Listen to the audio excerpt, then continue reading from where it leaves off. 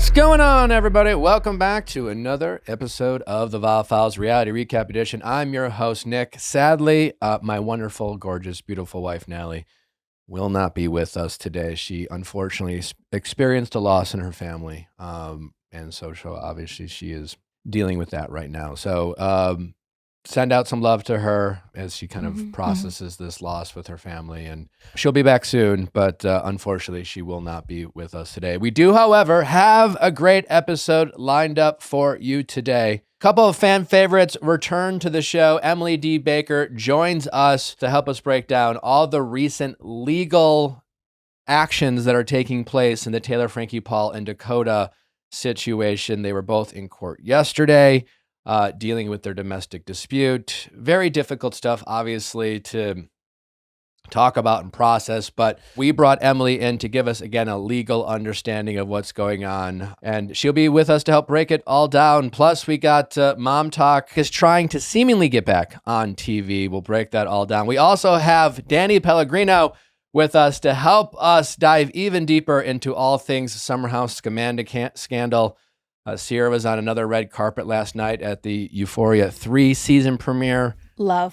Throwing some subtle shade, agreeing with our take. I mean, she thinks Amanda and Wes better get married, which is, I think, the obvious take. It better be. They worth won't, it. but They sure. won't. They're not gonna. I don't think they will.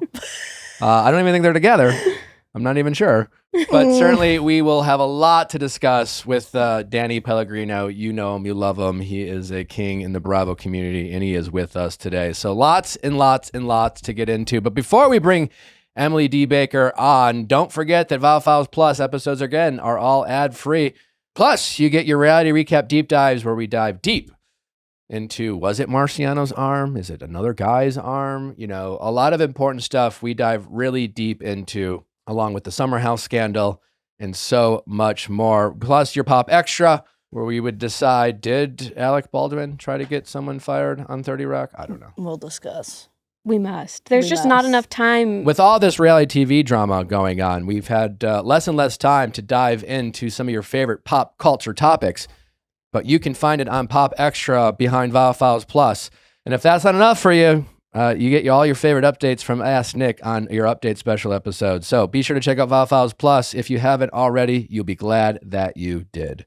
Before we get to Emily D. Baker, we do want to remind you that Temptation Island, the second season of Temptation Island on Netflix, drops this Friday. We are super excited to watch it, and we will be definitely covering it next week.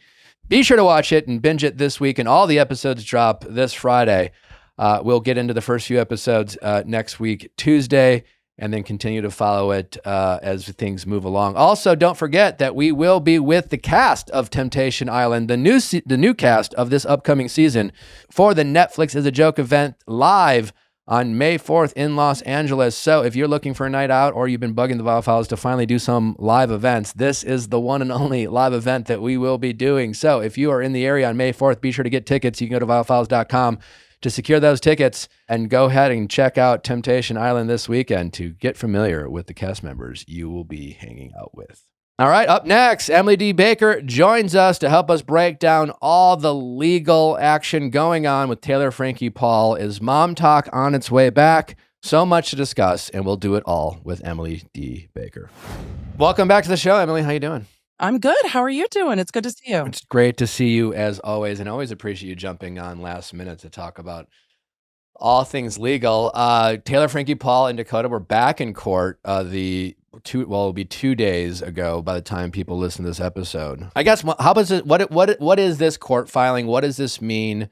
It seemed like a judge ruled that Taylor, Frankie, Paul is unable to have unsupervised visits with their youngest son, the son that she shares with Dakota. So lots to unpack, but can you help us break it all down of what Dakota and Taylor, Frankie, Paul were in court for yesterday? Absolutely. A little like, how did we get here? Where are we going? This is a civil protective order that Dakota filed the same day that video hit TMZ, right? On Ever's birthday back in March. Dakota filed for the temporary protective order. That is not connected to any other case. He filed it based on the February incidents that we have heard about running up to the Bachelorette getting canceled. In that protective order, he selected that he wanted sole custody. And when the temporary protective order was granted, he got sole custody temporarily until there was a hearing on the issue. That changed their custody agreement that was 70% to Taylor, 30% to Dakota. That's what they had agreed on prior to this happening. So once they had that protective order in place, they set a court date to try to figure out a custody arrangement sooner, I presume because Taylor really wanted to see and be around their child ever. So that's what the hearing was over. It was just to decide what the custody arrangement should look like. And at the hearing was, Dakota and Taylor both on WebEx, which is like Zoom, both on WebEx, not on camera, just names on a black screen. And the guardian ad litem was there, which is an attorney that's appointed to represent the issues and interests of the minor child. Obviously, their 2-year-old can't really express what their concerns are. So the guardian ad litem steps in to speak on behalf of the child, not the mother or father. And then we got through quite a lot of discussion with a bunch of new information. And there's another hearing to decide things on the merits. Oh, and Taylor also filed her own protective order against Dakota, so that's going to have to be heard at the end of April as well. There's a lot that happened yesterday. Wow. So, because I heard that she filed a protective order, but that had nothing to do with what they were in court for the other day. Correct. Damn. Okay. They're cross protective orders. And I think at the end of the day, what will probably be healthy for both parties, though I do not know them, I have seen what I've seen in the media and on television, and I have a lot of work in the criminal justice system, but I think mutual protective orders, keeping them away from each other and having a third party help facilitate child custody for a while will give everyone the space that I think they both really very much need. And that space hasn't been achieved yet for them to actually separate and stop engaging with each other. Yeah, I mean, that's the thing. It seems like if anyone needs to be separated, it's Dakota and Taylor from each other. I am curious, like, with the timeline and timing of these court cases, right? So Dakota files a protective order, a few weeks ago prior to Taylor. Frankie Paul files a protective order. I guess I'm curious because what I saw is that a judge ruled that Taylor couldn't have unsupervised visits. Is that like a temporary thing? Is that solely based off the merits of what Dakota filed? And then since Taylor filed something, could that subsequently change in a few weeks when that court hearing is heard and if maybe new information is brought to light? Or is this ruling about Taylor Frankie Paul not being able to have unsupervised visits with their youngest son ever, is that something that will most likely be in place for the foreseeable future? All good questions. So first, it is a temporary order between now and the next court date on the 30th of April. So this is a very temporary arrangement that will be addressed again. If that hearing goes forward April 30th, it might move because the judge really might need more time. They've set it for a 90-minute hearing, and I don't think they'll get it done. It is partly based on what Dakota filed, but it is more based on what the guardian ad litem had to say, and that is the lawyer that represents the child. The guardian ad litem reviewed 2 videos, the video from 2023, and there's a video of an incident from May in 2025 where Dakota, per what the guardian ad litem said, Dakota's holding Ever, and Taylor's going after him and pushing him and shoving him to the point that he almost falls. And that is something that the guardian ad litem reviewed and had concerns about, that even when the child is present, she will still go after Dakota. And the guardian ad litem's concerns were that she is still on the probation for her plea in abeyance. If she messes up that probation, she'll get a felony charge in that case. So that's a huge incentive to stay out of trouble. She's gone through the domestic violence programs, parenting programs, and all these other programs. And so what the guardian ad litem said is that the court has given her the tools and incentives to choose something else. And the guardian ad litem's like, call the police if he won't leave your house. There are other options here. But even with the child present and in Dakota's arms, she is still going after him. And that caused the guardian ad litem concern. And so it was really the representative for the child that said, I have concerns about unsupervised visitation at this point.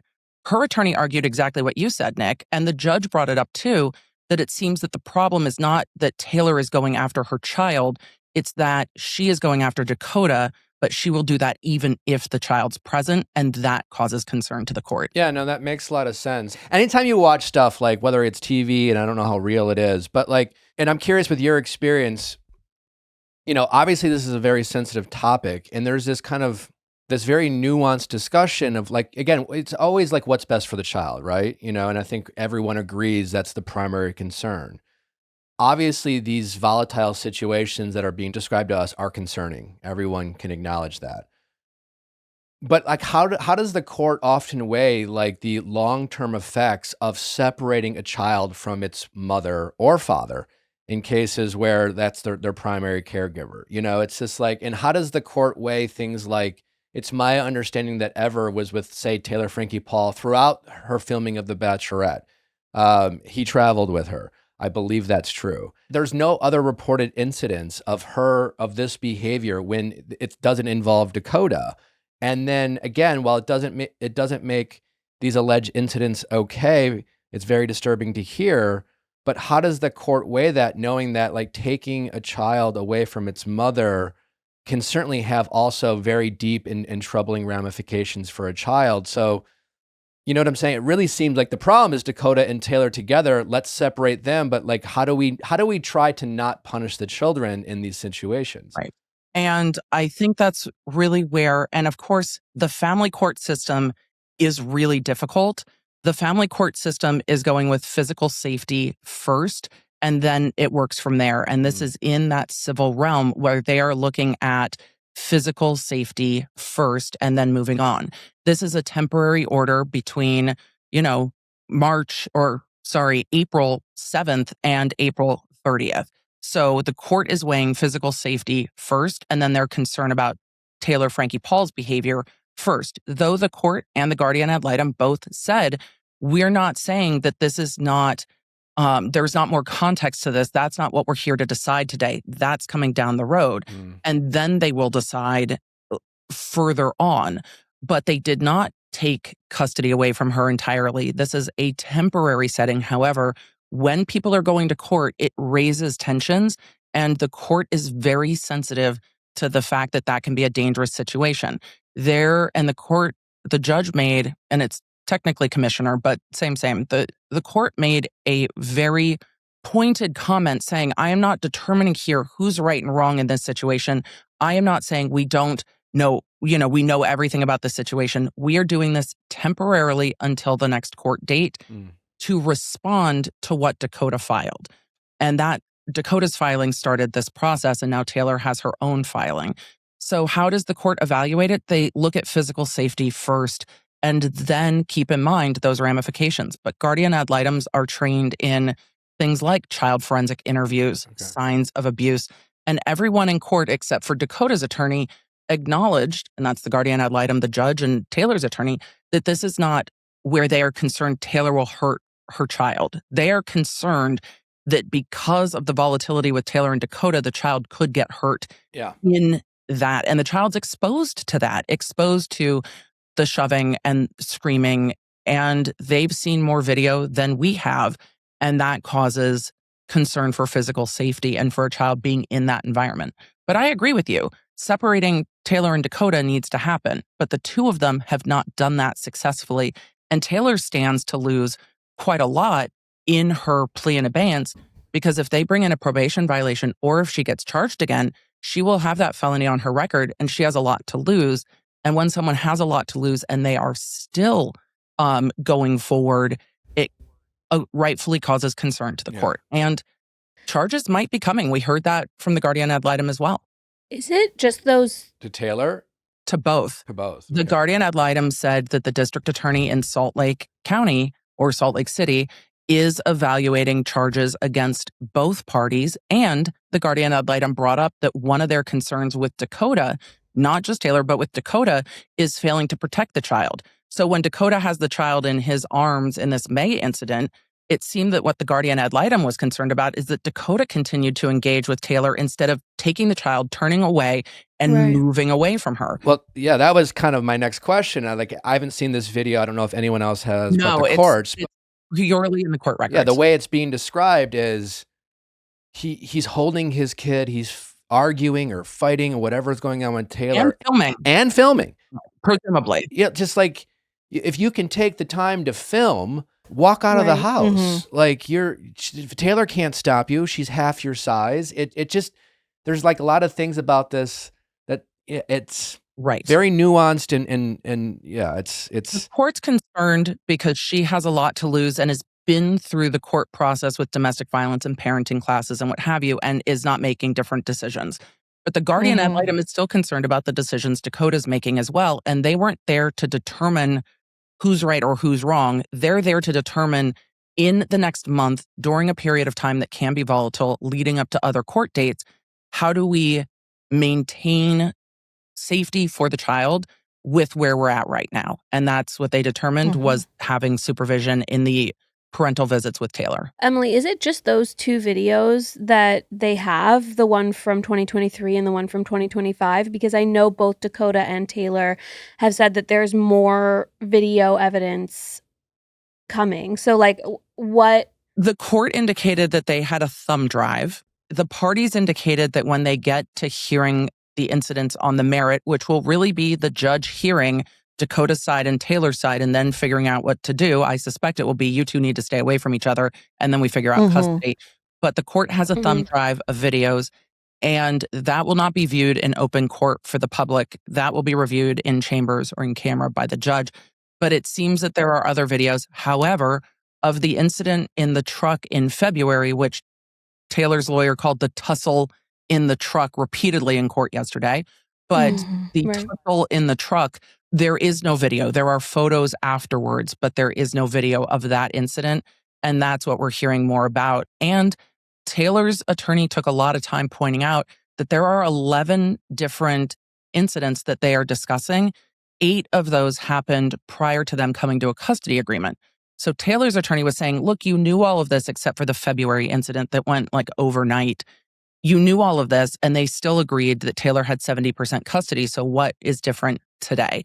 And that was Taylor's attorney's strongest argument. I think that most of the incidents between them are in the past, and they came to a custody agreement after that had happened. The February incident is the only thing that's happened since they agreed on custody and the court date in April. Interesting. And then, and then there was a couple other allegations from Taylor's side against Dakota, and I'm not sure where this fits in and what court case, but there's this allegation that Dakota tattooed Taylor's initials on his inner lip prior to her going to film The Bachelorette. And then I hadn't heard. You hadn't heard that? No, yeah, I haven't heard that either. Heard that either. Yeah, that's being reported. And then there's another, and I'm curious what you think about that. I know you just heard it from me. I think the assumption, just going back to that, is that Dakota was showing signs of this kind of obsession with Taylor, this kind of need to keep her in her orbit, and I think it speaks to what she is accusing him of, this kind of manipulation and creating this kind of toxic environment. Again, does not in any way alleviate Taylor from responsibility of her actions in these situations, but I think it speaks to what her side is saying, is that he is allegedly a dangerous person who is at the center of this controversy. And then I think it was this truck incident where, I don't know if there's pictures or video evidence, but there's this accusation, and I don't know if there's text messages, but like, I guess after this fight, Taylor's inside, Dakota's like knocking on the door. He's not leaving. You would think, why doesn't this guy leave? If he's the victim in the situation, Taylor's the one seems to be retreating. She seems to be the one removing herself from the situation. And then there's this allegation of Dakota being like, hey, do you want to fuck? That's what the attorney said in court yesterday. And Taylor's attorney was describing the truck incident as, because this is what the DAs are evaluating. The DAs are evaluating the potential for charges against both parties. And the attorney for Taylor put way more on the record in court than was needed, but it wasn't leaked documents to TMZ, so it is what it is. But alleged that Taylor's head was banged into the dashboard by Dakota, that he hit her, and that there are photos of bruises from that incident in February. So there are allegations both ways that she went to talk to him in the truck and then he drove off, but all the kids were inside the house. This is late at night. Oh my She gosh. didn't want to go with him. She's like, take me back to the house. We were just going to talk in the truck. I imagine because they didn't want to scream in the house where the kids are sleeping. And then he drives off. And so that's where that whole incident blows up between the two of them, that we've seen allegations from both sides. But we hear that there's no video. And then it's after he takes her back to the house, she goes inside, that her lawyer says he's looking through the windows and banging on the doors and texting her, you know, whatever he's texting, ending with the "do you want to fuck?" It's just the two of them are in a very toxic cycle that neither of them are willing to walk away from. And they have a child together, which makes it very hard Right. to walk away from. I think the court is going to have to make them do that, because it seemed that Taylor going to film The Bachelorette was like, this is my walk away. Yeah. At the end of season 4, I'm walking away. This is going to be close that door, start a new door. And then she gets right back from filming.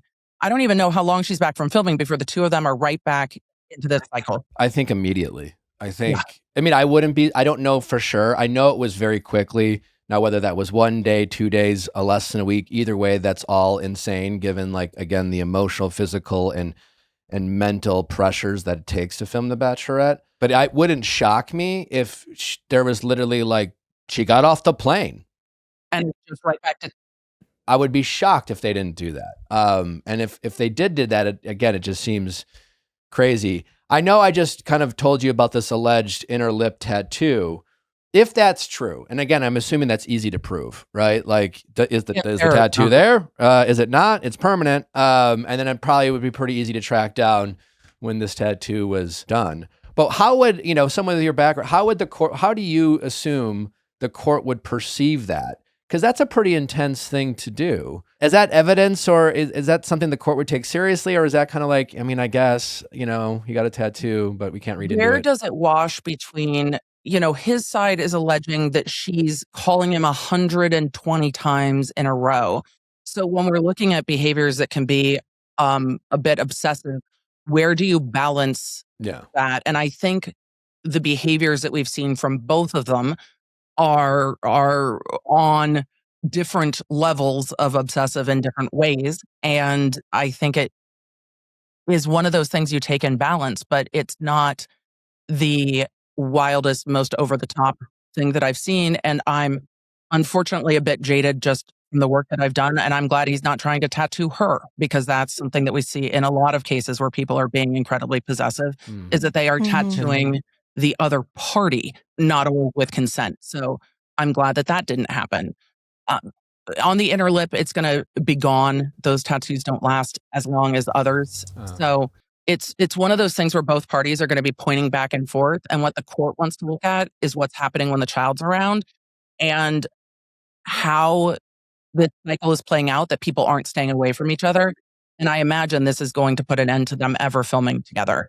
And that's probably a really good thing. Yeah, thank God. I am just curious, because the more we talk about this and the more information comes out and the more fingers that are being pointed, it just seems like we're getting to a conclusion where everyone's just like, this is a bad situation, kind of like we've been kind of summarizing. They seem both at fault. They seem both guilty of behavior that is not okay or safe for themselves or anyone who would be around them. And what does a court do when it just seems like both parties are equally at fault of some of the same accusations they're throwing against each other? Like, do they both go away? Are they both charged? Like, is it just to stay away and just stop hurting each other? Like, what does that look like? Because it's right. There's two different court systems that are going to be involved in this. One, we haven't seen what's happening with the criminal side of it. And we may know before the end of April, we may not know. So that's to the side of the rest of it. But with the 2 protective orders and the child custody case, because they still have an ongoing custody case, that is going to break down to how to make sure the child spends time with both parents safely, how to exchange it, and then how to keep the 2 parties away from each other, which is going to be third-party exchange of custody. And it's a hard arrangement for everybody. but it is a safer arrangement than what's going on now. Yeah. And then that will be an ongoing process with the custody case. And that will continue to change when you have a child with someone. It is going to continue to evolve. And one of the things Taylor's attorney was commenting on, and Dakota's attorney commented on, was that that case hasn't been finalized because Taylor hasn't given financial documents. There could be child support involved with Taylor paying Dakota depending on his percentage of custody. And so there's some nuance there as well. But this isn't something that's going to resolve quickly because Ever is 2 years old and there's a long way to go until Ever is 18. And that's going to be an on again, off again with child support, custody arrangements, who gets what holiday. And that's hard. This is always so informative, Emily. I have one more question before we let you go. I have heard from people close to the situation, I guess, is that in terms of any conversations around the possibility of us seeing Taylor's season of The Bachelorette, that people were waiting for these court cases to see kind of what happened. Obviously, you're not part of the decision making at Disney and Hulu, but like from a legal standpoint, from what is playing out in court and then the new cases and new information that's being brought to light, it sounds to me like this is just the beginning. And I guess if that's correct, I just don't see how the network can move forward, because it honestly seems like, how do they have a Bachelorette season air where that Bachelorette is, even if it's temporary, because like we don't hear this nuance in the news. We just hear Taylor can no longer have unsupervised visits with her child, right? Like that's the headline. We don't know if that's for 2 days. We don't know if that's indefinite. And if they move forward with this season, I just feel like all these kind of nasty headlines and all these court cases are going to be at the center of attention. And how do they move forward with the season while these court cases are still very much playing out in real time? I think they are going to have to keep an eye on her criminal probation, which is supposed to be done in August. And she's not supposed to be around anyone that's drinking. She's not supposed to be drinking. She's not supposed to be in a place where alcohol is served. So if there's alcohol on the set of The Bachelorette, which would shock me if there wasn't, it also can put her probation at risk if she's violating terms of probation on TV. So this airing could also put her at risk with that probation case. But the criminal case, there should be answers whether something's going to be filed or not sooner rather than later.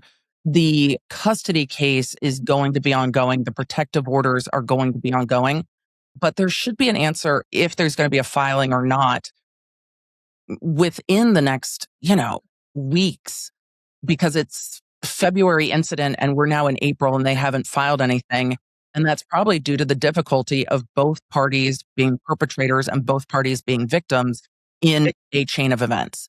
It can be very difficult when you are filing and both parties are defendants and each other's victims. That becomes complex. So I don't know. They have to watch and wait and see. Yeah. I don't know how they hear it. He gave a very kind of PR statement looped into the rest of what was said in court about how she has been treated in the media. And the court's like, I haven't seen any of that. We're just here to determine custody. But it's clear her attorneys are very mindful of the consequences here and of having cameras in court. Though I do think that letting it play out in court, everybody can just see what's happening. There's no risk of it getting on one way or the other because people can just go watch the hearing. I mean, the headlines are going to do what they're going to do, but at least people can go find exactly what happened in court and watch what the judge says, watch what the lawyers say, and decide for themselves. I have a quick question, kind of what you've touched on right there. To me, it appears that headlines have kind of slowed down a bit in regards to like insider information or media being released. And I know you mentioned that a lot of these videos or content is being reviewed in chambers or behind closed doors. Are there any conversations or potential, especially with the Guardian ad litem, of like some form of a gag order being presented so that nothing can be released to the media and kept within the court? Nobody has asked yet, but it's absolutely a possibility if stuff comes out. It also would, I think, be used against a party that released something that had the child in question in it. Nothing's come out with Ever in it. But if it did, the Guardian ad litem would go into court and lose their mind about that happening because it puts the child at future risk.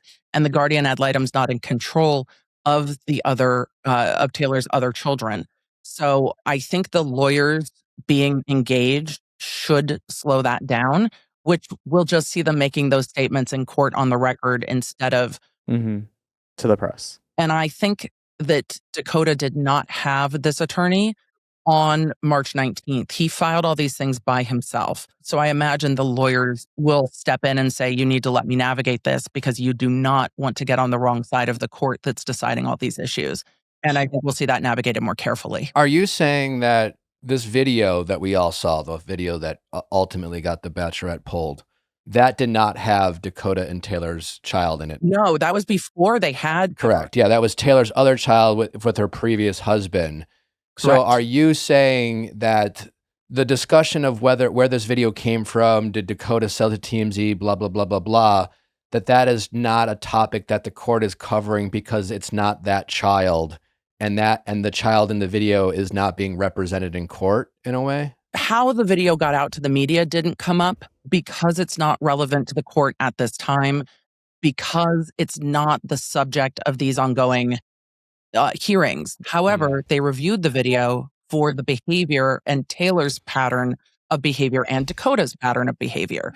But what I'm saying is that if a video came out with ever in it, the guardian ad litem is going to say, however this got out, this is going to harm my client. Having this out harms the child that I am representing. And so it would be used against the party that leaked it to the judge because of the guardian ad litem, different than what happened before, presumably, this was filed, even though it all happened maybe on the same day. That video could have gone to TMZ 2 days before with a, hey, wait till the 19th. We don't know any of that. But it happened before lawyers were involved. So yeah, anything that happens from now can be used against them. Absolutely. Court will use what you do against you. And whether that's in the media or not, if it can be traced back, it will be used. But I guess what I've learned from you is that like the courts are very protective, obviously, when children are involved, which is why they're not releasing these videos, et cetera, et cetera. But if that's the case, doesn't this original 2023 video that we know Dakota filmed and is now released to the public, doesn't that suggest that a child was harmed by the release of this video, and the person who released it should be responsible in that case for putting a child in harm's way? And I think we will see Taylor's attorney making that argument. We just won't see the guardian ad litem necessarily making that argument because it's not directly correlated. But could we see a request for a gag order? Yes. Could we see Taylor's attorney arguing it? I think we will, because Taylor's attorney already started in the hearing at the beginning of April saying that Dakota's unreliable, that the things he's saying are not true, and that I think we're going to see them saying you can't rely on this because look at everything he's done in the media in addition to between the two of them. And I do think Taylor's attorney will make that argument. I just don't think we'll see it from the guardian ad litem. Emily, thank you so much for taking the time. We know you have to get going, but we appreciate you always bringing a very expertise and legal perspective to these sensitive conversations. So really appreciate you, and look forward to you joining us again in the future. See you again soon. Thanks, everybody. Thanks, Emily. Thank you, Emily. Thank you. Chime is changing the way people bank. Chime isn't just another banking app. They unlock smarter banking for everyday people. Forget overdraft fees, minimum balance fees, and monthly fees. Chime turns everyday spending into real rewards and progress. Chime isn't just another banking app. They unlock smarter banking for everyday people with products like MyPay, giving you access to up to $500 of your paycheck anytime and getting paid up to 2 weeks early with direct deposit. Some old banks still don't do this. Bank fees plus overdraft fees coverage, you can count on it. Also, it can help you build credit history stress-free. Earn up to 3% APY on savings. That's 7 times higher than traditional banks. It's rated 5 stars by USA Today for customer service. Real humans 24/7. We certainly love that. And now with the new Chime card, it's the new way to build credit history with your own money and get rewards every single day. If you're younger or maybe you've had some credit problems, this is a great way to help build up your credit history. And that can go a long way to some big purchases that you certainly want to make in the future. I know my younger self would have definitely benefited from building my credit with Chime. I wish I had that available to me back in the day. Chime is not just smarter banking, it's the most rewarding way to bank. Join the millions who are already banking fee-free today. It just takes a few minutes to sign up. Head to chime.com/VIALL. That is chime.com/VIALL. Chime is a financial technology company, not a bank. Banking services and the secured Chime Visa credit card are provided by the Bancorp Bank N.A. or Stride Bank N.A. Optional services and products may have fees or charges. See chime.com/feesinfo. Terms apply. Limited time only. Must open the new account and complete qualifying activities to earn rewards. Advertised annual percentage yield with Chime Plus status only. Otherwise, 1% APY applies. No minimum balance required. Chime card on-time payment history may have a positive impact on your credit score. Results may vary. See chime.com for details and applicable terms. Feeding your kids isn't a one-time decision. It's something you navigate every stage. And too often, the options just don't meet the standards you want, leaving parents to compromise on ingredients, nutrition, and transparency. It's exhausting, and families deserve better. Don't we know it? Obviously, we care so much about what we feed our daughter, River. And like anything else, sometimes convenience feels like you have to substitute quality and nutrition, but not with Little Spoon, especially the Biteables. The Biteables are a cut-to-size, pinchable meals that make the transition to table food easy, supporting self-feeding skills, palate expansion, and real nutrition at the same time. In our house, the big hit lately is the grass-fed beef meatballs. River absolutely loves them. I like to steal some now and then. River thinks it's basically meatballs with mini mac and cheese. We love that they're loaded with hidden veggies like butternut squash and carrots. I didn't have to peel or chop anything, and we didn't have to beg River to take a bite. She absolutely loved them. It's incredibly convenient, and the peace of mind of knowing we're feeding our daughter something that's good for her. Also, they have great snacks. They're beyond smoothies and yogurt snack pouches. Little Spoon makes better-for-you versions of kids' faves like Fruit Rippers and Cookie Dipsters. Modern junk-free snack swaps with kid-craved flavors. So if you are looking for some great snacks and meals for your kids, check out Little Spoon. You'll be glad that you did. The peace of mind that you will get will feel great, and your kids will absolutely love the snacks and meals that Little Spoon offers. Feeding the kids doesn't have to be complicated. Little Spoon makes it easy with real, nutritionally balanced meals and snacks designed for every stage. It shows up ready to go, takes the pressure off, and somehow still gets devoured. Veggies and all. No artificial dyes, flavors, or sweeteners either. And you know what? That's a win we'll take every day. Get 30% off your first order online at littlespoon.com/Viall30 with code Viall30. Again, that's Littlespoon, LITTLESPOON.com/VIALL30 with code VIALL30 for 30% off your first order. When your company's growing fast, order fulfillment can make or break your success. ShipStation's intelligence-driven platforms brings order management, rate shopping, inventory returns, warehouse systems, and comprehensive analytics all in one place, saving customers 15 hours per week on fulfillment. That is incredible. Also, you can save up to 90% on shipping discounts, which for any e-commerce business is probably the highest cost that you have to run your business. ShipStation compares rates across all major global carriers, include USPS, UPS, and FedEx. So much insight with ShipStation. It's helping you save every step of the way. Save on time, save on money, save on shipping. Also, the customer service that you can extend to your customers is unmatched. Sharing tracking detail cuts customer service inquiries by 12%. Returns management gives you data on what's coming back and why. Basically, you get a lot of information to help you run your business more efficiently, whether it's order fulfillment, what returns you have coming, also shipping rates. It seamlessly integrates with whatever your e-commerce platform is. We've been using ShipStation since we've started this show, and it's incredibly beneficial to us, and it works. 98% of customers who try ShipStation for a year are customers for life. If you haven't tried it yet, what are you waiting for? You get a free 60-day trial, no questions asked, no credit cards needed. Again, try ShipStation for free for 60 days with full access to all features. No credit cards needed. Go to ShipStation.com and use code VIALL for 60 days for free. 60 days gives you plenty of time to see exactly how much time and money you're saving on every shipment. That's ShipStation.com, code VIALL. ShipStation.com, code VIALL. Way Day is here, and it's the perfect excuse for a home glow-up. From April 25th through the 27th, Wayfair is offering up to 80% off everything, plus fast, free shipping across the board. From furniture and decor to outdoor home upgrades, it's all on sale with Wayfair Verified. Every pick is vetted for quality so you can shop with confidence without blowing your budget. A lot of what you see in our studios came from Wayfair. It's been our go-to for finding stylish, functional pieces quickly when you need them to refresh your space. We also have some great pieces in our guest bedrooms, our office office spaces. You can't beat Wayfair. They really have it all in any room you need. Indoor, outdoor. Heck, you can get a trampoline. You can get a pizza oven. I mean, anything you can think of. Chances are Wayfair has you covered. They have so many unique styles like mid-century modern, farmhouse, contemporary. Literally, I honestly think about it. Whatever you can imagine, they have it. Wayfair makes it simple to narrow down to exactly what works for you, style and budget. It's very easy to find what you want on their website, whether it's the reviews to read, filters that help you search for exactly what you're looking for, or the visual tools that help you find exactly what you want and make sure what you buy online is what you receive at home. Thousands of 5-star reviews help you shop with confidence. So if you're looking for a refresh inside or outside your home, check out Wayfair during Way Day, April 25th through the 27th. You won't regret it. Way Day is the sale to shop the best deals in home. We're talking up to 80% off with fast and free shipping on everything. Head to wayfair.com from April 25th through the 27th to shop Way Day. That's WAYFAIR.com. Wayfair, every style, every home. Danny, welcome to the show. Good to be with you. Hello, Nick. How are you?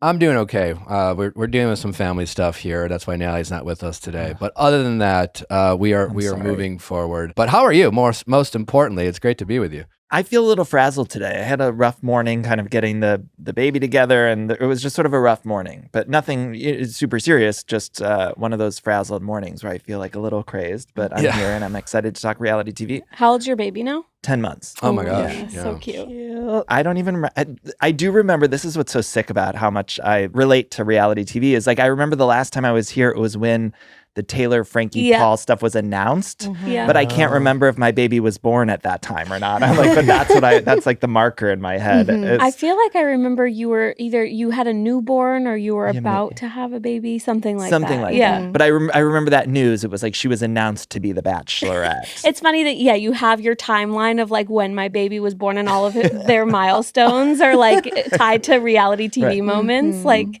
I remember the first month, it was like that was when Potomac premiered. Yeah. Yeah. That's really Certainly funny. a lot has changed in the Mormon Wives world. Are you following that story as well, or are you mostly keeping up with Bravo these days? I'm mostly Bravo. I've seen the headlines and stuff like that, and it seems just like it keeps getting more and more intense. And, just yesterday, there was like all these sort of headlines about, I'm not super familiar, but Dakota was...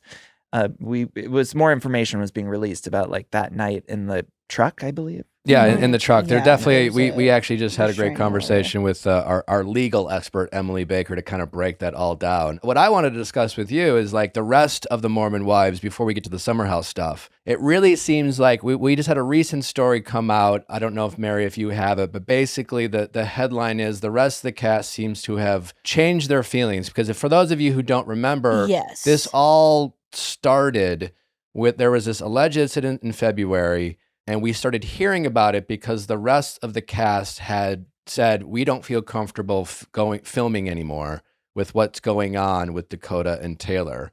And the new headline is, there seems to be a change of heart. Now, I imagine that change of heart has to do with the possibility of Dakota and Taylor no longer being involved in filming, or certainly the pair of them won't be involved. It really seems like right now it's hard to figure out whether, we have a video of Jen talking about going through rough times with the camera like basically centered around her hands, and she's not wearing a wedding band. Now, for anyone who's married, we all know that sometimes we take our wedding rings off during the day. I haven't worn mine in a year. I don't do that. I wear mine all the time. I mean, I haven't. Yeah, I never take mine off because I just have a gold band, and it's just like, it doesn't, but Natalie takes hers off every night because she's got a big rock.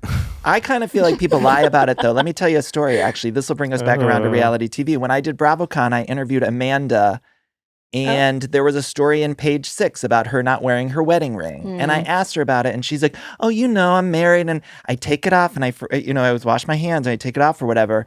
And then come to find out, actually, there was, I think, maybe reasons why she wasn't wearing it. So I do actually feel like a lot of people there are some people who take it off when they shower or when they're washing dishes or something like that. But I also think in the reality TV world, we have to be smarter and realize, like, actually, a lot of the times where there's smoke, there's fire. So there's that. I mean, there's also, there's literally been times where, like, Natalie and I have, like, we're going to an event, and then she'd be like, oh, shit, I forgot to put my ring on. And knowing that, like, we're going to go on a red carpet or be photographed, we turn around.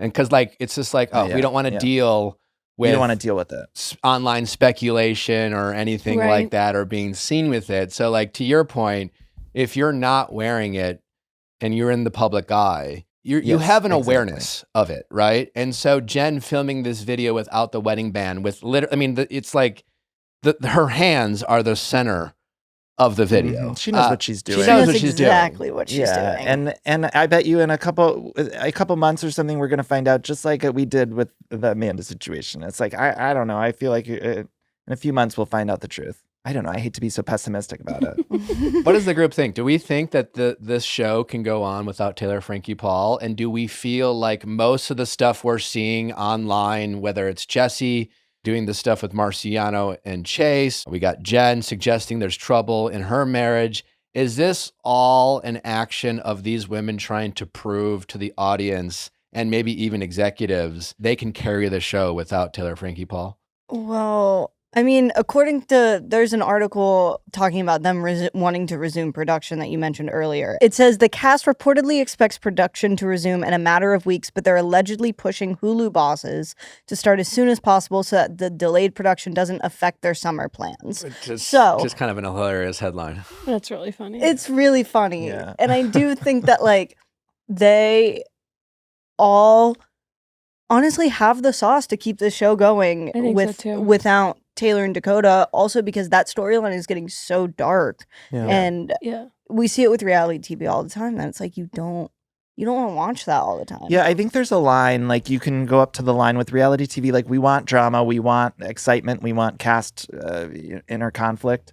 But then when it starts to feel too bleak and you're feeling like, I don't know, all those stories that are coming out about Dakota and Taylor, that's when it starts to feel like, I don't know if I want to watch this. Especially I think there's an issue when there's kids involved in the whole thing. 100%. I mean, obviously domestic violence is terrible no matter what. But then also when you add children into the mix, the audience starts to feel like this is like a bridge too far. Yeah. I think my prediction is that the season will start out the same way that season 1 did, where you have like the cops, the drama, the headlines of Taylor and Dakota. And then from then on, I think they're not going to be on the show. And I think it'll just be, I don't even know if they'll be, doing interviews. Like, I think that it's just going to be like acknowledging that this happened. And restart. Using like the news articles, like popping up on the screen. And then it's just going to be the rest of the women and like talking about what happened briefly, and then them and focusing more on their lives, like Jesse and Miranda and Chase, and like there's a lot there. There is a stink on the show though, in a way that there wasn't before, because I think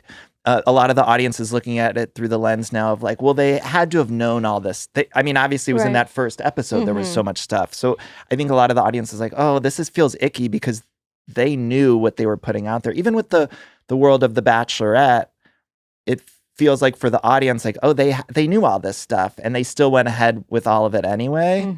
And so I think that's going to be hard to get that cloud out of them. That's a great point, Danny, because like, curious what you guys think, or the rest of the audience. I mean, with the severity of the story, specifically centered around Taylor and Dakota, isn't there a part of everyone who's like watching this other drama between the rest of the Mormon Wives and kind of feeling like too soon? They're doing bits in a way that feels like, wait, we're just powering forward, And I there is an element of, it's just like we're flying too close to the sun here when it comes to where does our thirst for drama stop and our sensitivity for a situation begin. And it doesn't feel like with this group of people there isn't a line. And I just wonder if long term, will that turn off its audience from the cast, or maybe not? I mean, we continue to follow it. We continue to be fascinated by these individuals. I'm also curious which of the cast members will stay on. Like, will Whitney Levitt continue with this cast, or will she continue her Chicago career? So.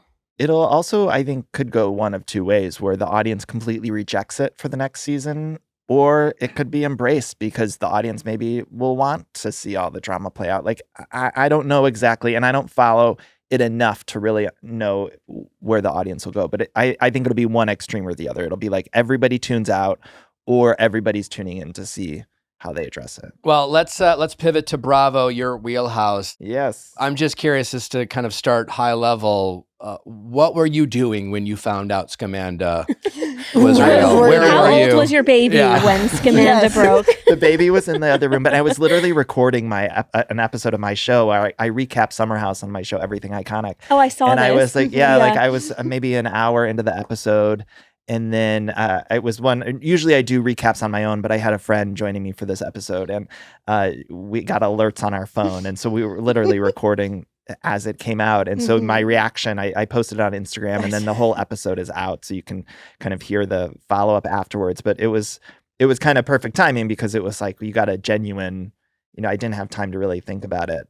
But it was, I think at that point, we were all expecting there to be some sort of confirmation of what was going on. Yeah. And then we finally got it. But there were too many little breadcrumbs that were happening up until that point that even as I was recording the episode, we were saying like, okay, this is obviously true. And then we got the confirmation. But looking back, it was so weird that it's a joint statement that, I'm maybe Nick, you have some insight into this, but I wondered like, was that network PR or was that personal PR that helped them craft that statement? Like I'm kind of fascinated by that. My understanding is that it's personal PR, and it's my understanding that they sought out personal PR together. Okay. And which for those people who don't know, it's like the network the show has their own PR kind of machine, but then also individual cast members can have their own PR people that they pay. And PR is expensive for one, and I do think in general Bravo does a really good job of, I think just across the board, Bravo has a just like a public policy that they push their talent, and I think they recognize that they push them to that degree. They're very protective of their talent, so they will make sure that they're not going to push their talent to the limits that they do, and then kind of throw them to the wolves. So they're very mindful of that, and I think to that degree, I think a lot of Bravo talent don't have personal PR because one, it's so goddamn expensive. And Bravo's quick to come to their defense if and when it's needed. But for whatever reason, Wes and Amanda felt like they needed their own PR, is my understanding. So do you think that statement was run through Bravo as well, or do you think they just put it out? Well, I had an interesting conversation with a couple people recently. I don't think Bravo was excited about the timing because I think it drastically disrupted the launch of Rhode Island Housewives. So you have this new show coming out, Rhode Island, that I think everyone's very excited about. All of the Bravo PR machine is going to get behind trying to make sure that the launch of this new show is very successful. And right before that, they had this scandal for Summer House, which, everyone's talking about it, but it definitely takes away the energy and attention from its other shows. And I think they would have definitely preferred them to wait at least a week, is my understanding. It was, though, good energy for In the City, but also because it was right before filming Reunion. Like, the timing was impeccable because then Andy Cohen's tweeting, send your questions, and then also Carl Radke's filming confessionals for something. Yeah, it's kind of which great. could be a pickup, but it could also be In the City. We don't know. But I think the synergy. It's great for everything but Rhode Island. And not only Rhode Island, but it was like a big premiere week. I think the Valley. Atlanta, the Valley. The Valley. There was a lot of stuff that you're right. I didn't think about that, of like the launch of all these new seasons and new shows was sort of overshadowed. So yeah, I think Bravo was involved, but I definitely think that Amanda and West really drove this decision. What I'm most fascinated about is what compelled them to create such urgency and make them feel like filing a joint statement made the most sense. And we've heard these alleged rumors about a video or these receipts. I've before TMZ reported on it, I had heard stuff exists. Then and so to me, I think we can all agree that this joint statement didn't make a lot of sense. And usually when you make decisions that don't make sense, it's often because you're rushed to make a decision and you don't know what the right decision is. And you just, it's like, this is the best of the worst decisions we have available to us, et cetera, et cetera. But I feel like there had to have been something that pushed Amanda and Wes to feel like we got to speak on this, because we would rather have people hear it from us than say a receipt gets sent, like the same way we found out about Taylor, Frankie, Paul. Like, once a video is out there and people can start writing their own narrative, I just wonder if this decision of a joint statement was centered around feeling pushed into that by something or someone. I was pissed that it came out when it did because I was on Watch What Happens Live shortly before with Kyle, and I would have loved to get into it with them. God, yeah. I was like, oh man, why didn't we get this information a little ahead of time? What a missed opportunity. Come on. And he had no idea at the time. No, and that was what was so. That's when the kind of rumors started picking up. I just was holding on to when I did it. Watch What Happens Live with him. The rumor was out there, and so Andy had asked Kyle about it, and then I even sort of like asked a follow-up about it, and it seemed so like there were so many other rumors that were more interesting at the time that one seemed like, no, it's not. Even when Kyle's response and everything, it didn't feel like he was acting. It felt like, no, that's a stupid rumor. Like the other more interesting rumor was like Kyle was maybe with a Next Gen cast member or something like that. But, yes. But then so that rumor about Amanda and Wes was kind of like inconsequential. I felt even his response and the way it was all handled. It also, I felt like if Andy thought there was truth to it, he would have pressed further about that one. Like it felt like everyone involved was sort of like, no, that's a silly one. Yeah, so you think that like really nobody knew about this until that's how I announced. feel. But it's always like you go back and you're like, wait a minute, did this person know? You put the I mean, even dots watching together. this season back, it's like Kyle knew something was up. You know what I mean? And like also rewatching, just like even the last scene in this episode that just aired, where you have Ben calling Amanda out for talking to his girlfriend and being like, "Why would she say that?" Like everybody thought that Ben was in love with her. Like you look at it see all the differently breadcrumbs. now. Even I saw a clip somebody posted on social media of Amanda sort of kissing Craig on the cheek when he was with Paige. And holding hands under the table. And holding hands under the table. And you're seeing all these clips and it's like, wait a minute, that is it. And I even thought earlier in the season when the way Ben was sort of holding Amanda and like lifting her out of that carnival party and holding her into the house. I'm like, that if somebody was doing that with my husband, I would be uncomfortable by that. Yeah. And of course, the guys involved were wrong too to be going along with it, of course. But yeah, we're looking at all these moments, and I'm like, wait, this was all sort of happening in front of us. Yeah. So we all kind of, I think, just thought it was To fine. be honest, even that conversation with Kyle and Amanda, where he was talking about his DJ career, and she was just being very like, "What the fuck?" Like to me now, thinking back on that, I'm like, this feels kind of fake. You know what I mean? Yeah. Like this feels like Amanda was already removed from him and she's just trying to make a scene and she's just trying to like win the audience over with her reaction because she knows that everybody's so team Amanda and so not team Kyle. And so watching all of this back, I'm just like, this changes everything. Yeah. It is interesting you say that. And Danny, I wonder what you think about like Amanda in a post like Scandival and post Ariana Maddox like huge rise world. Like you have a bunch of these Bravo stars when they're in situations like this, they know what's gonna happen. Like you had Amanda like knowing she was set up for the Ariana. She's treatment. getting set up for the Ariana Yeah. Maddox treatment, and then she just completely self-sabotages, and it's just like such an interesting psychological thing. I'm like, yeah. And I'm fascinated about where they all go from here, if they all sort of fit in those roles. Like, I think the audience always, when these scandals happen, they want people to be, and I use the term perfect, but it's like the perfect villain, the perfect hero, the perfect victim. And then, of course, they do something outside of those roles. Like Ariana, she was expected to be perfect that next season. And everybody, the show, the editors, the cast members, they were all ready to find the one thing that she would do to kind of turn that narrative. And it wasn't fair. And I wonder if that'll happen with these people.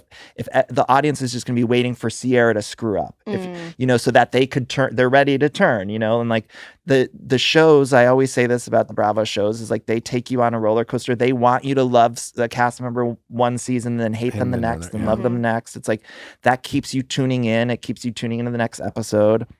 And they take us on this ride. And so I'm just thinking, like, how are they going to fit these people into those roles? Is Amanda going to be the villain for 2 seasons? Is she going to somehow find a way out of that role? Or, I don't know how it'll go. But I know the audience wants them all to be in these roles now. And it'll be interesting to see how it shifts. To your point, Danny, that will be interesting. Because like right now, Sierra is the person who has our empathy, our support.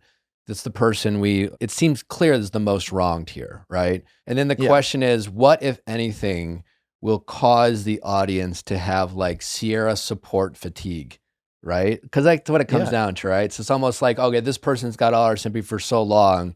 Do they still deserve it? And I think it's because like right now, a lot of the conversations that are centered around Amanda and West, it's like, how did you not see this? He's a future DJ, you know. It's just like he's Kyle in a different font 5 years earlier or whatever it is, you know. And that may all well and be true, but then the question is, like, you know, right now you have Sierra doing red carpets, looking like a queen, doing these amazing, you know, having these amazing opportunities, interviewing John Hamm, interviewing Sydney Sweeney, and it's so fresh and early that, like, some of her little snarky remarks, we're eating it up. It's like Sierra last night said to Sydney Sweeney, you know, what do you do if your best friend steals your ex-boyfriend? You better fucking get married or something. You know, we love it. We eat that up. The question is, if 6 months from now, Sierra is still making these comments about West and Amanda, will the audience kind of say the same thing to Sierra that they're saying to Amanda? Is like, girl, didn't you know better? Or yada, yada, yada. And I'm curious if that's what will cause them to, if to your point, if they do turn, will that be the reason why? And I just feel bad for anyone in that position because I think, like, of course, I mean, I should say feel bad. She's going to be great. But I think it's a little unfair because the audience will build someone up on a pedestal. Mm-hmm. And ultimately, like, Sierra was the party that really didn't have involvement in the scandal. It was like other people. So I'm not saying victim's the wrong word because she's not I don't think she's a victim. That's not the right word, but that's sort of the role Collateral the audience is going to put her almost. in. Yeah. And then so what happens with reality TV is they'll be built up so much and then just, of course, inevitably ready to tear that person down. The middle ground. And that's like kind of, I feel like that's a little unfair when you don't have any involvement. Like if you were the villain in the situation, it's like you had involvement in that. But for someone like Sierra or at the time when we compare with Ariana, it's like, everyone is just going to be waiting for them to screw up. And it's sort of like an unfair thing. They're going to wait for her to say something wrong on a red carpet or whatever. Yeah. And it's like she didn't do anything. And now everybody's just going to be waiting for her to fuck up. Right. Well, all I can think back to is like the way that Ariana was set up in that final season. The way they edited her. Exactly. And I'm like, honestly, my thought after seeing that is that the best move in this situation is to now leave reality TV. Totally. And to go start your your career is ready to blow up. We've seen the blueprint too many times. Too many times it's happened and it's like she should go. Yeah. Yeah. If I'm Sierra, I'm definitely, especially with this new, In the City release, which I think a lot of people are surprised by the size of the cast, that and the only the familiar people are Lindsay, Kyle, and Amanda, right?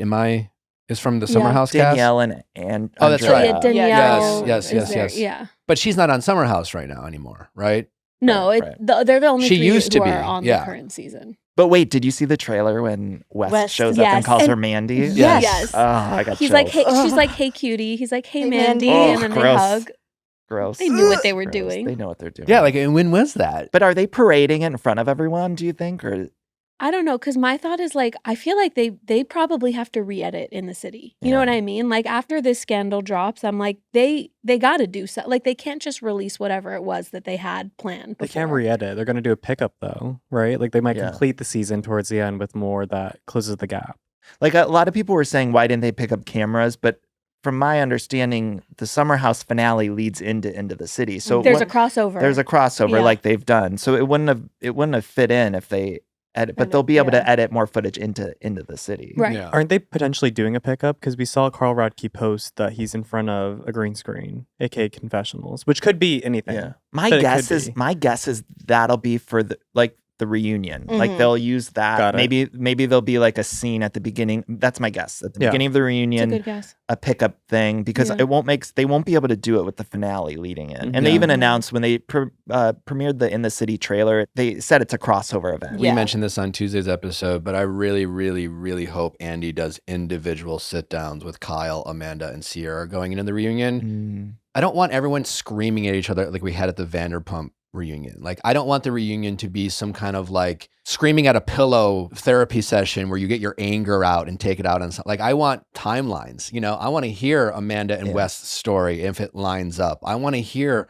why they came out with this joint statement. I want to know where Sierra was and if and when she knew and how she knew. Was there a PI involved? Who got the PI?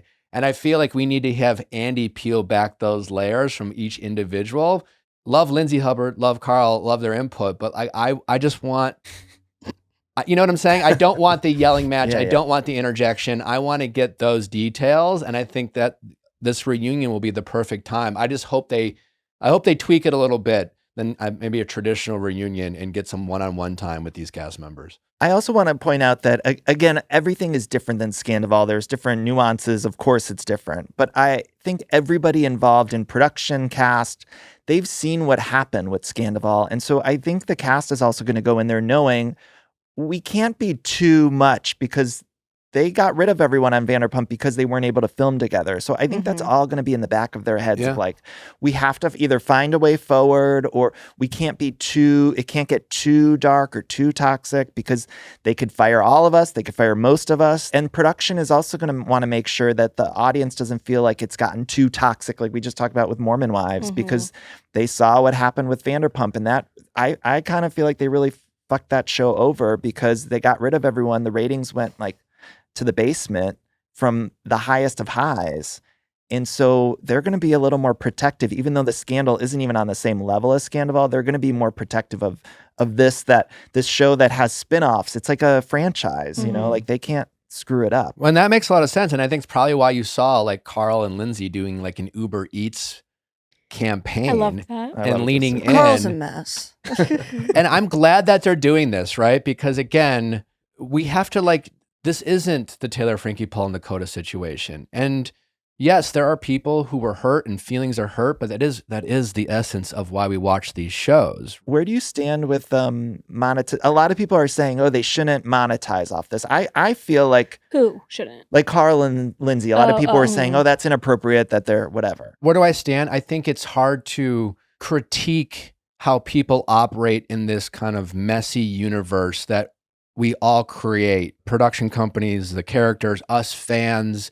You know, we said it last week. It's like, you can't complain about Beverly Hills being too boring and then criticize Summer House cast members for being like really messy. And like, yes, there are people who were hurt here. Feelings were hurt, but like everyone is seemingly okay. The person, we talked about this last week, Sierra, who we have the most empathy and sympathy for, she seems to be living her best life. I'm not saying we shouldn't check on her and we want to make sure she's okay, but I really think Sierra Starr is about to blow up. She'll get hosting opportunities. So like everyone is okay. And I think we just have to remember that like, and why we eat this scandal up. And we were saying this before the scandal happened, that Summer House is one of the most realistic examples of just kind of like millennial and Gen Z dating out there. And that's why we love it, because it's, it's talking about these interpersonal dynamics that we all can relate to. We've all have been betrayed by friends.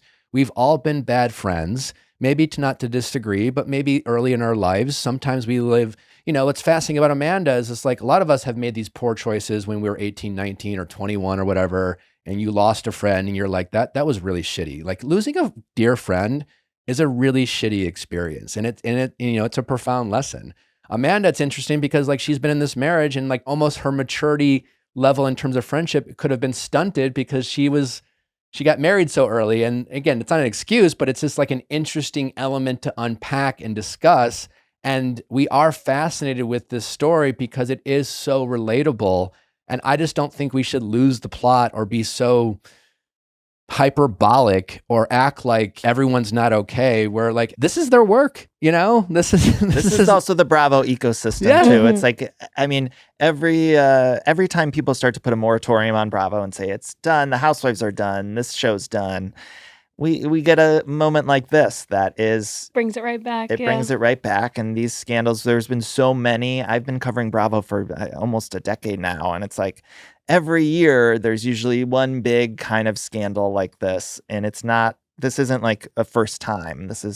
I keep looking at it like comparing it to the previous scandals that we've had on the network and saying like, oh, I'm interested in like, what did the network learn from this? What did the other cast members learn from that other scandal and how they operate through this new one? And that is always what's interesting to me. And you made a good point, Danny, because I don't think people should make any mistake about it. The Vanderpump cast members definitely monetized it. They just did it in a different way. Like it's different when you see Carl and Lindsay almost crack a joke and have a little levity in this scandal. When it was Scandival, you had every Vanderpump person who had a podcast, like would go on their podcast and just like absolutely destroy Tom, and you had Jax Taylor for a moment was like the knight in shining armor, and he was like everyone was monetizing it. Him and Brittany got like their own show on Peacock. Yeah. They were just doing it by destroying Tom and Rachel. You know, they weren't doing it by like cracking a few jokes. But to your point, I think it's smart that Lindsay and Carl are doing it because maybe they did learn the lesson. It's just like, hey, we can criticize, but let's not go too far where we can't come back from this. Also, they're all in reality TV. They need to monetize while they can. They're not making the same. They're not making all that money from the show. They're going to make much more from the Uber Eats brand deal than anything else. This is sort of maybe wrong of me to say, but I do need people like Levy and Bailey to wake it up and get in the mix a little bit because I think they're fired. I keep saying she's fired no matter what. Like Levi's, But like earn your bag now. Like, you know, like do something. I'm not saying throw anyone under the bus, but you can throw West and Amanda under the bus. Who cares? Great. Like, who cares? Who gives a fuck? Get in the mix a little bit. Like, and you know, this is your shot. Right, that's why I think Carl and Lindsay didn't do anything wrong because it's not like they're like making fun of Sierra or Kyle. I mean, Kyle said that Carl's a mess. So he is monetizing off of something that Kyle said, but Kyle, you know what I mean? Like he's not going to care about that, you know. I think if anything, Kyle, like especially given the last episode and stuff, I think Kyle's like, you know what, this is a thing I can do for Carl. Yeah. Right. They have so much attention right now. It's like you make the brand deals now because it's not going to last. Look at Vanderpump Rules. That lasted maybe a few months, for some of them a little longer with everything that happened in terms of brand deals. It's like, you know, earn the paycheck. This is what reality TV is. It will be interesting to find out where Carl and Amanda were kind of like maybe they were just both kind of over it and they were kind of operating as people who like cared about each other as humans, but realized that the romance was gone. They never had kids together, so that kind of maybe that's easier to get over than having like a shared custody that can be difficult because like we don't have a lot of time to get deep into the valley, but like at the end of episode 1 of this season, you have Jesse and Michelle's still fighting. You got Jesse's new girlfriend. And sometimes like when you go through divorce, on one side, it could be very difficult and there's so much like emotional baggage, but sometimes you get divorced after so many years and you're just kind of like, you know what, this is really the best for both of us. And I suspect that that's kind of where Kyle and Amanda were at, where they were just like mutually respectful. And to that degree, I wonder if Kyle's secretly like thinking this is the best thing that possibly could have happened to him. I think on some level too, Kyle might feel a little relief because he was always the villain in that relationship. Yeah. And so he's probably thinking, oh, this is leveling the playing field out a little bit. Like he cheated before on Amanda and he was always portrayed as like, I can't believe Amanda's with him. We were all cheering on Amanda when we found out they were getting divorced. And now he's probably thinking like, oh, great. I'm not like that. I'm not going to be the pariah of this situation. Yeah, so he's probably relieved. Have we checked on Loverboy stocks? I wonder how it is. It's probably gone up, no? I don't think they have stock, but... Or not stocks, but how's Loverboy doing? Sales. Have we checked on Loverboy sales? It's probably better. I've still not tried it. Yeah. I mean, Danny... A lot of the alcohol that they release is just piss water. Okay, thank you, Nick, so much. No. I'm not saying Loverboy is piss water, but a lot of the reality TV alcohol I lovingly call piss water because that's what it is. When you try it, you're like, oh, this is going to be a good, I don't know, Chardonnay by this housewife. And then you try it, you're like, what is this? Yeah. Gasoline that I'm drinking. A $3 Trader Joe's bottle. It's for the label. Yeah. It's cute. Yeah. Would you like to see West and Amanda on next season of Traders? No. And I don't think we didn't get to talk about this, but West isn't a good, he either needs to like lean into the villainry or I don't know what we do with West. Like, I'm not really interested in West. Seeing him not be able to do a declarative sentence on the show ever. And now he's so unlikable. It's like, I don't even want to see him at all. At least like some of the other scandals, if you look at Sandoval, it's like he was a good villain, you know? He knows how to lean in. Yeah. Or he's just like that. Yeah. Well, and that's a really good point. Even like watching Summer House now, I'm like, I don't care about West wants too much for everyone to like him, I think. Yeah. So it's like he won't lean into the villain. And then what is he? Hot. Amanda too. I think that both of them, I'm like, I don't know if they're going to be good villains. So then what are they? And Amanda, I'm like, I don't even really know much about her personality. It was always so tied up into Kyle, her relationship with Kyle. Every kind of storyline, other than her bikini or her swimsuit launch, everything was about how Kyle was cheating, Kyle's a bad husband, their business trouble because of Kyle.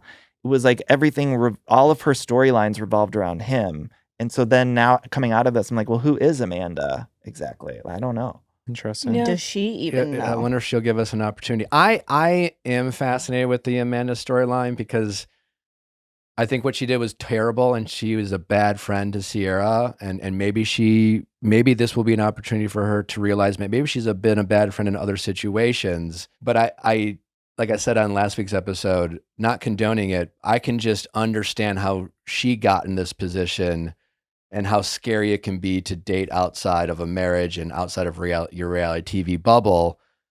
And I think that's just so different than how we see West operating, where you keep hearing more and more stories about this is a guy who like really has embraced his celebrity and hookup culture. And he's out there just really seemingly taking advantage of the fact that like, you know, he's 6'1", famous, has a decent job, and that is like the golden ticket in hookup culture. And he is really leaning into it and then subsequently kind of playing the white knight of this person who's getting out of divorce, who doesn't have the same confidence that he has and isn't going to jump on the apps and meet a bunch of guys. And then here's this one guy who she's comfortable with. And it's just like a tale as old as time. But I'm curious what Amanda would be willing to show us that she's learned from this experience. Because I do think a lot of every woman in my life, whether it's my mom or sister, it's like women breakups happen a lot with, I feel like a lot of women have a lot of close friends. They kind of operate in small groups, like 1 or 2 or 3. And every once in a while, there's like a big fight or a breakup. And I think that's just very relatable in that dynamic. And I hope they actually kind of unpack that with Amanda and Sierra in a way that like, I think it would be really entertaining. And going back to West, unfortunately, I think on Bravo, the straight men have a Peter Pan complex because the audience is largely women. And so it's like, they go to these clubs and events and it's like they're surrounded by women who are just a lot of times, I think, just want the story of like, I hooked up with this Bravo celebrity. And it's because the audience is women, and gay men too. I'm sure a lot of gay men throw themselves at, these guys too, but it, doesn't work out. But, so then a lot of these guys, they have that, aren't growing up, and we see it on Southern Charm or Summer House or Vanderpump or any of these where there's younger straight guy cast members, and they just continually, like year after year, they're not maturing at all. Yeah, because they have this unlimited supply. To your point, Danny, it's like the society or the bar scene is never going to make them grow up. You know what I'm saying? Like there will always be fans. Like even right now, in the heat of the scandal, West is gonna, if he wanted to go out and hook up with someone, he could. Yeah, very easily. Unfortunately, that's true. Yeah. It's like he could go to a bar right now, or I'm sure. And just a lot of times, people want to do it as a story. It's like the person who's trying to maybe hook up with them, they don't really care. It's like, oh, it's a fun story. And he'll be like, oh, that's just TV. It's not even real. Right. It's like, are you really a bad guy? And she's like, no, it's just TV. Yeah. It's like, whatever, like, oh, it's just reality TV. Yeah. They'll say that shit all the time. Yeah. So the guys on Bravo will never be incentivized to grow up. They'll actually have to make a choice. And you often see many of them not. Yeah. Interesting. Danny, I know you have to get going. This is always fun to chat with you. So please Thanks come for back. having me. Yeah, anytime, man. So good seeing you all. Can you please let the audience know where they can find you, follow you, enjoy all the great stuff that you're doing? Yeah, at Danny Pellegrino on Instagram and wherever on social media. My podcast is called Everything Iconic. And I also have a couple books available if people, essay collections, if you want to read some funny stories. Ooh. Well, check out all of Danny's great stuff and follow him. I'm sure many of you already are. Obviously, he is an icon in the Bravo community. And Danny, we really appreciate having you on. It's always fun. We will see you next week. Don't forget, Temptation Island begins this Friday on Netflix, and we will definitely be covering all of the things going on Temptation Island. It's a great new season. You are not going to want to miss it, so be sure to check that out over the weekend if you're not planning on watching it already. Other than that, thank you to our guests, Danny Pellegrino and Emily D. Baker. We will see you back on Monday. Bye-bye.